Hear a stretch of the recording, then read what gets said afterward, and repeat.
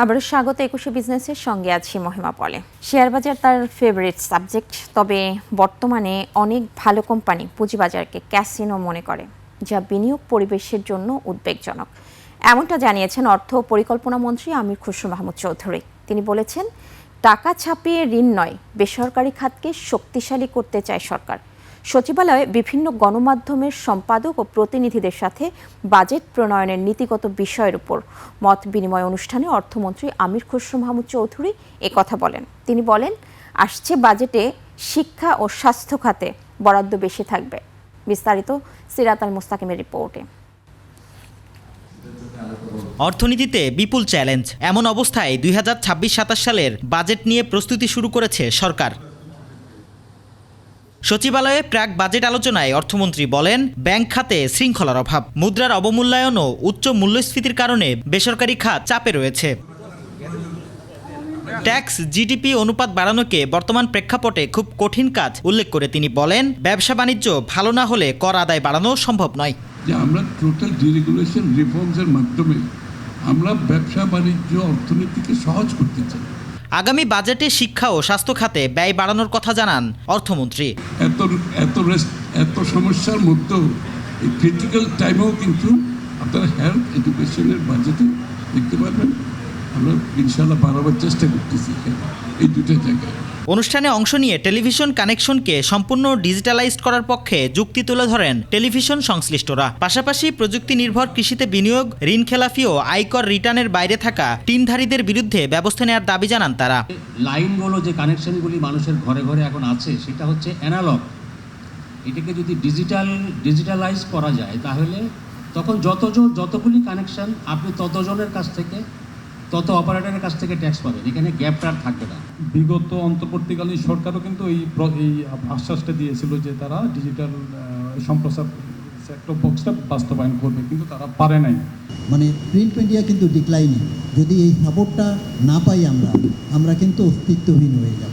শেয়ারের করের রেট যদি 10 বা 15 করা হয়, তাহলে কিন্তু অনেক কোম্পানি তালিকাভুক্ত হওয়ার জন্য আগ্রহী উঠবে। বক্তারা বলেন, ফ্যাসিবাদী শাসনে দেশের অর্থনীতি অলিগার্কদের হাতে চলে গিয়েছিল। এই অবস্থা থেকে বেরিয়ে আসতে অর্থনীতির গণতন্ত্রীকরণের উপরে জোর দেওয়া হয় আলোচনায়।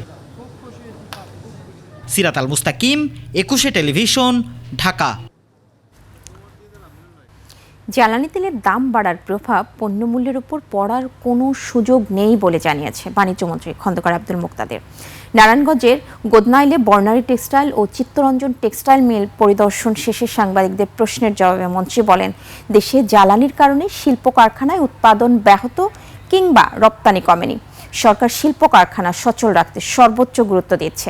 ভবিষ্যতে জ্বালানি নিরাপত্তায় সরকার এলএনজি স্টোরেজ ফ্যাসিলিটি তৈরি করবে জানিয়ে মন্ত্রী বলেন, গ্যাস সক্ষমতা বাড়াতে স্থলপথে সংযোগ সৃষ্টির চেষ্টা করছে সরকার। সরকার যদি এখন চায়ও যে আমি এলএনজি আমদানির পরিমাণ বাড়িয়ে দিব, দ্বিগুণ করব, আমাদের সেই আর্থিক সক্ষমতা আছে, কিন্তু প্রযুক্তিগত সমাধানটা এই মুহূর্তে আমাদের কাছে নাই। কারণ রিগ্যাসিফিকেশন ইউনিট যেটা এফএসআরও, সেটা এই দুইটাই। সেজন্য আগামী দিনে জ্বালানি মন্ত্রণালয় পদক্ষেপ নিয়েছে। ব্যাংক রেজুলেশন আইন দিয়ে এস আলমের মতো পুরনো লুটেরারদের বেনামে ফিরে আসার লাল গালিচা বিছানো হয়েছে বলে মন্তব্য করেছেন আইন বিশ্লেষকরা। পাচারকারীদের হাতে আবারও ব্যাংক খাত তুলে দিয়ে অর্থ তো ফেরত আসবেই না, বরং আরও ক্ষতির আশঙ্কা তাদের। একই সঙ্গে আইনটি নিজেই ঝুঁকির মুখে উল্লেখ করে বিশ্লেষকরা বলছেন, ব্যাংক খাতে আস্থা ফেরানো ও পাচারকারীদের উপযুক্ত শাস্তি একমাত্র বাঁচার উপায়। বিস্তারিত শাকিরার রিপোর্টে। কয়েকটি রুগ্ন ব্যাংককে একীভূত করার জন্য বিগত অন্তর্বর্তী সরকার ব্যাংক রেজুলেশন অধ্যাদেশ 2025 প্রণয়ন করে। সম্প্রতি এই অধ্যাদেশকে সংশোধন করে সংসদে পাশ করা হয়। এরই পরিপ্রেক্ষিতে শনিবার রাজধানীতে সংশোধিত ব্যাংক রেজুলেশন আইন 2026 আবারও ঝুঁকির মুখে ব্যাংকিং খাতে শৃঙ্খলা শিরোনামে আলোচনার আয়োজন করে ভয়েস ফর রিফর্ম। সেখানে উঠে আসে ব্যাংকিং খাতে চলমান অস্থিরতা, লুটপাট, সংশোধিত আইনের বিষয়। আইন থেকে মাপ পাওয়ার জন্য নতুন নতুন আইন সৃষ্টি করা হয়, আইনগুলোকে কমপ্লিকেট করা হয়। এসালাম গ্রুপে ছাড় দেওয়ার জন্য আপনি নতুন এই প্রভিশনগুলো অ্যাড করেছেন, কেন এই ধরনের এক্সাম্পল বাংলাদেশে নাই। আইনের 18 ক ধারা তুলে ধরে বক্তারা বলেন, এর মধ্য দিয়ে এসালমের মতো অর্থ পাচারকারীদের বেনামে ফেরার লাল গালিচা বিছানো পথ তৈরি হয়েছে। তাদেরকে লাল গালিচা সংবর্ধনা দিয়ে ফেরত নিয়ে আসে। এবং এখানে দেখবেন খুব সুন্দর একটা কথা বলা আছে, বাংলাদেশ ব্যাংক কর্তৃক উপযুক্ত বিবেচিত ব্যক্তি। এটাই হচ্ছে সেই ব্লার জায়গা যেখানে এসালমরা বেনামে ঢুকবে। আপনারা জানেন যে এসালম ওবায়দুল কাদের বলতেন যে মাসুদ তুমি ভালো হয়ে যাও, এসালমের কিন্তু আরেক নাম মাসুদ। এসালম যদি মাসুদ নামে আসে আপনি কি করবেন? 10 বছর আগে যারা শেয়ার লুজ করেছে তাদের আসার কিন্তু উইন্ডো ওপেন করা হয় না। এটাও আরেকটা প্রতারণা, আরেকটা ব্যাপক অত্যন্ত নিম্নমানের চালাকি করেছে সরকার। ব্যাংকিং খাতে আস্থা ফিরিয়ে আনা ও পাচারকারীদের যোগ্য শাস্তি প্রদানই কেবল পারে এই খাতকে বাঁচাতে বলে মন্তব্য করেন বিশ্লেষকরা। 60-এর দশকের শুরুতে তখন সে সব চোরা ব্যবসায়ীদেরকে অ্যারেস্ট করে জেলে বন্ধ করে দেয় এবং জেলে থাকার সময় তাদেরকে বলা হয় যে তোমাদের আমরা ছাড়বো যদি চুরির টাকা তোমরা দেশে ফেরত নিয়ে আসো এবং ইনভেস্ট করো এবং রাষ্ট্রকে সেখানে শেয়ার দাও। এবং তারা যখন এই থ্রেটটা কিন্তু ক্রেডিবল হতে হবে। আমাদের এরশাদ সাহেব যখন ব্যবসায়ীদের অ্যারেস্ট করে জেলে নিয়ে গেছিল, এটা ক্রেডিবল ছিল না। আলোচনায় অংশ নিয়ে সুজন সম্পাদক কথা বলেন ইসলামী ব্যাংকের আগের পরিচালনা পর্ষদ নিয়ে। আমাদের যিনি এখন মহামান্য বঙ্গভবনে আছেন তিনি তো কোথায় থাকার কথা, জেলখানা থাকার কথা। এখন আমাদের এইভাবে কি লুটপাট হয়েছে? যারা ব্যাংকগুলোকে লুটপাটের আখড়া বানিয়েছে তাদের বিরুদ্ধে সবাইকে সোচ্চার হওয়ার আহ্বান উঠে আসে আলোচনা থেকে।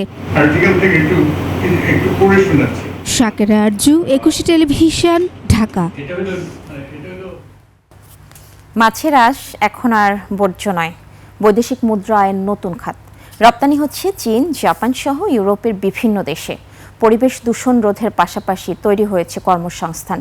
কুড়িগ্রাম প্রতিনিধি আতাউর রহমান বিপ্লবীর তথ্য ভিডিওতে ডেস্ক রিপোর্ট। উচ্ছিষ্ট থেকে সম্পদ, কুড়িগ্রামে এ মাছের আঁশ এখন বৈদেশিক মুদ্রা আয়ের নতুন খাত।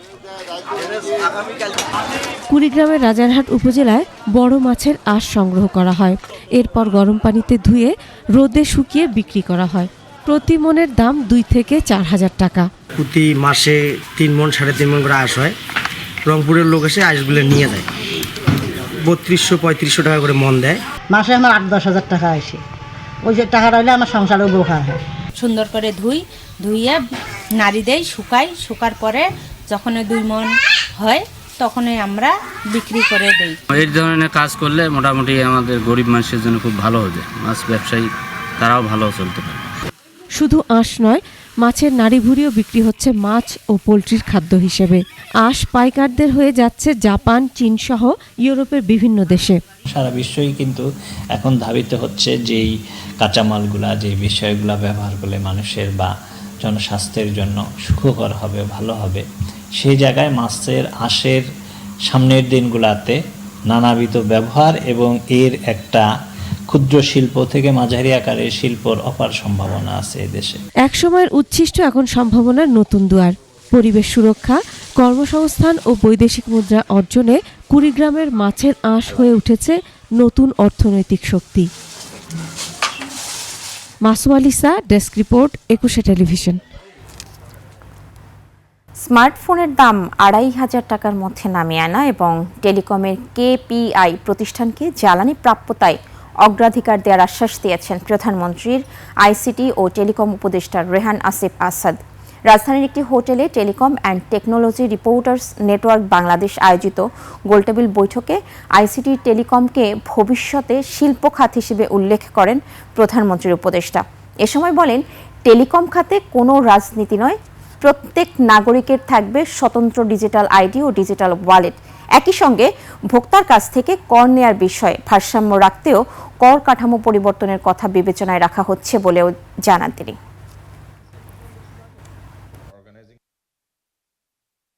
We want to connect Bangladesh 90% of the population with 5G, and we want to connect 90% of the population with 100 meg and over. Yes, it's aspirational. Yes, it's challenging, but we want to shoot for the aspirational target, not any mediocre target.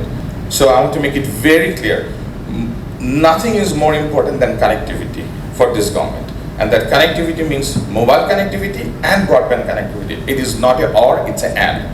5G for 90% of the population and 100 meg for 90% of the population. জানাবো এশিয়ার প্রধান share বাজারের খবর। সূচকের মিশ্র প্রবণতা দেখা যাচ্ছে এশিয়ার বেশিরভাগ পুঁজিবাজারে। জাপানি শেয়ার বাজার নিকি সূচক 575 পয়েন্ট বেড়ে দাঁড়িয়েছে 59,716 পয়েন্টে। বেড়েছে হংকংয়ের শেয়ার বাজার হ্যাংসেং এর সূচক 62 পয়েন্ট বেড়ে অবস্থান করছে 25,978 পয়েন্টে। কমেছে সিঙ্গাপুর এসটিআই সূচক, এটি 21 পয়েন্ট কমে অবস্থান করছে 4,922 পয়েন্টে। চীনের শেয়ার বাজার সাংহাই কম্পোজিট ইন্ডেক্স অবস্থান করছে 4,079 পয়েন্টে, যা আগের দিনের চেয়ে 13 পয়েন্ট কম। বোম্বের সেন্সেক্স 30 ইন্ডেক্সকে দেখা যাচ্ছে নিম্নমুখী প্রবণতায়। সেন্সেক্সের সূচক 999 পয়েন্ট কমে অবস্থান করছে 76,664 পয়েন্টে। কমেছে থাইল্যান্ডের থাই স্টক এক্সচেঞ্জের সূচক, এটি 5 পয়েন্ট কমে অবস্থান করছে 1,456 পয়েন্টে।